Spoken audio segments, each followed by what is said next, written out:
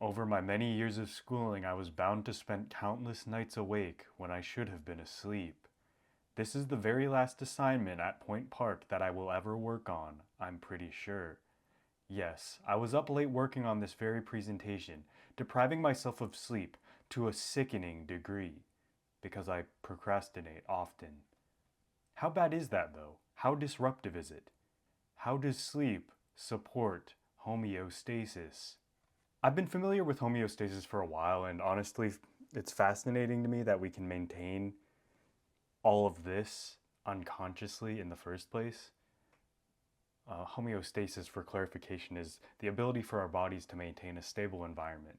It needs to maintain this to properly function, and basically for us to survive long term.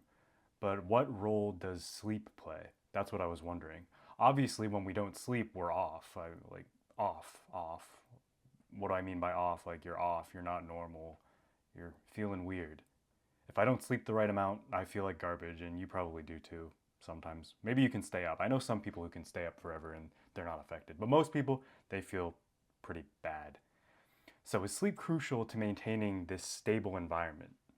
According to Kim and colleagues in the International Journal of Endocrinology, rest and everything that happens while we sleep is crucial for maintaining this stability. Our bodies reset and restore balance during sleep after daily strain. Even if you're just sitting around looking at stuff, if you don't sleep, your body's expending resources that it needs to recover from. So, what are some of the main components of the sleep cycle?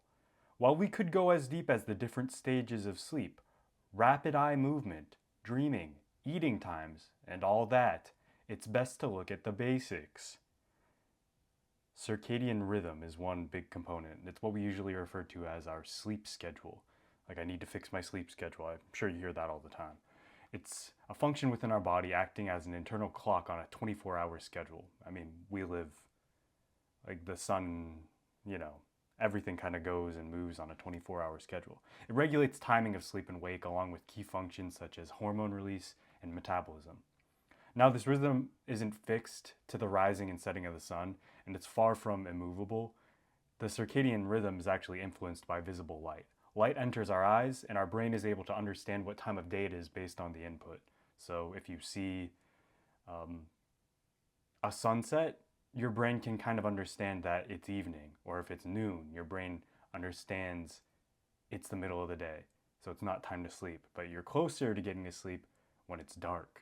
Your brain understands, okay, it's dark. That means it's time to sleep. Consider how you might have a harder time sleeping if you've just been on your phone for a while. You've likely heard of blue light blocking glasses, getting off your devices before bed, all of that. And this discussion relates to this rhythm, as continual exposure to light late into the night might signal to your brain that it's not time to rest yet. And how does our brain transcribe this sensory input, this light, into apical information through the SCN, or the suprachiasmatic nucleus? It is a part of our brain acting as the master clock. It uses the light information received from our eyes to signal to the brain to communicate different functions across the body, like melatonin release. It directly influences our circadian rhythm. So, what are some of the key ways our bodies use sleep to stay balanced? I've defined three key categories, although this isn't an exhaustive list: hormones, temperature, and metabolism. Sleep allows for regulation and release of hormones, crucial to many bodily functions and processes like growth hormones, melatonin, cortisol, leptin, and ghrelin. Body temperature regulation is also influenced by quality and cycles of sleep, allowing for benefits such as reduced inflammation, lessening of oxidative stress, and cardiovascular support. Sleep quality and pattern regularity influences the body's storage and use of energy, and lack thereof can result in insulin resistance, weight gain, and risk of type 2 diabetes. Upon reflecting some on my own experience, I got to wondering as well what influence sleep has on my immune system. Sometimes after long bouts of grinding at finals, I'd finish up to immediately get sick afterward. This happened several times to me, and I honestly came to expect it, and it turns out poor sleep has influence on our immune functions as well. Poor sleep can lead to weakened antibody response, slower wound recovery, increased recovery time from sickness, and increase in infection risk. And yeah, I know all about the infections. I know all about those. My lack of proper sleep and overexpenditure of resources had to be contributing to this pattern, because why was it that when I was grinding and not sleeping well, that I just keep getting sick? It's pretty easy to draw the parallel there. It also turns out that the circadian rhythm itself is tied to some key immune functions as well.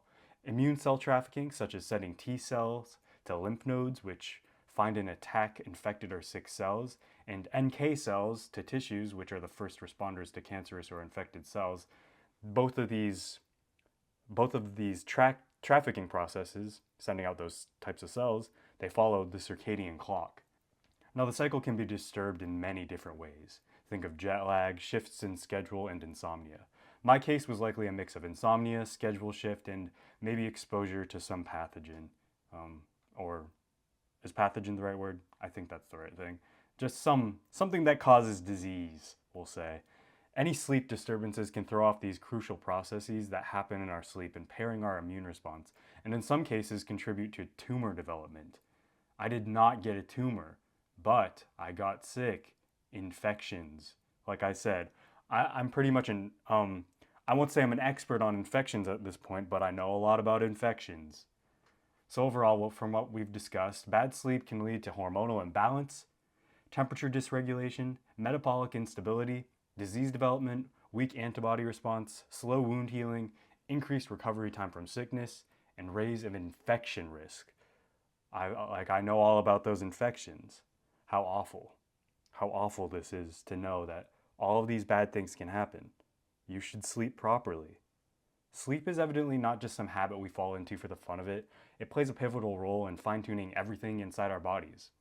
It seems like our bodies were designed to be this way, to get some rest, especially concerning processes involving immune defense and metabolic health. It's really important with that stuff, because you could get infections. I got an infection. I know all about that. We're likely taking a hit even if symptoms don't immediately emerge, too. Skipping a proper rest schedule, well, you're skipping on a lot more than just a few nice dreams. So it's best to stay on a regular schedule and take measures to improve sleep quality that ensure better sleep. This may include being disciplined with sleeping and waking, like trying to get to bed and wake up the same time every day, having a comfortable, undisturbed sleep environment, and making decisions as to what we're supposed to be doing, going into, and coming out of when we sleep. It will serve us well in supporting many of our body's key functions if we just get some proper sleep, keeping our internal environments stable, which is homeostasis. Thank you for listening, and I hope you appreciated this presentation. If you're wondering, what else can I learn about sleep? Maybe just try to sleep for yourself and see what it's like. Run a few sleep experiments on yourself, don't get too crazy, but just try something out. And maybe, just maybe, you'll discover something. But you can also just read a lot online about it and do some research. Again, thank you. Now, if anyone has any questions in the class, I will be taking those now.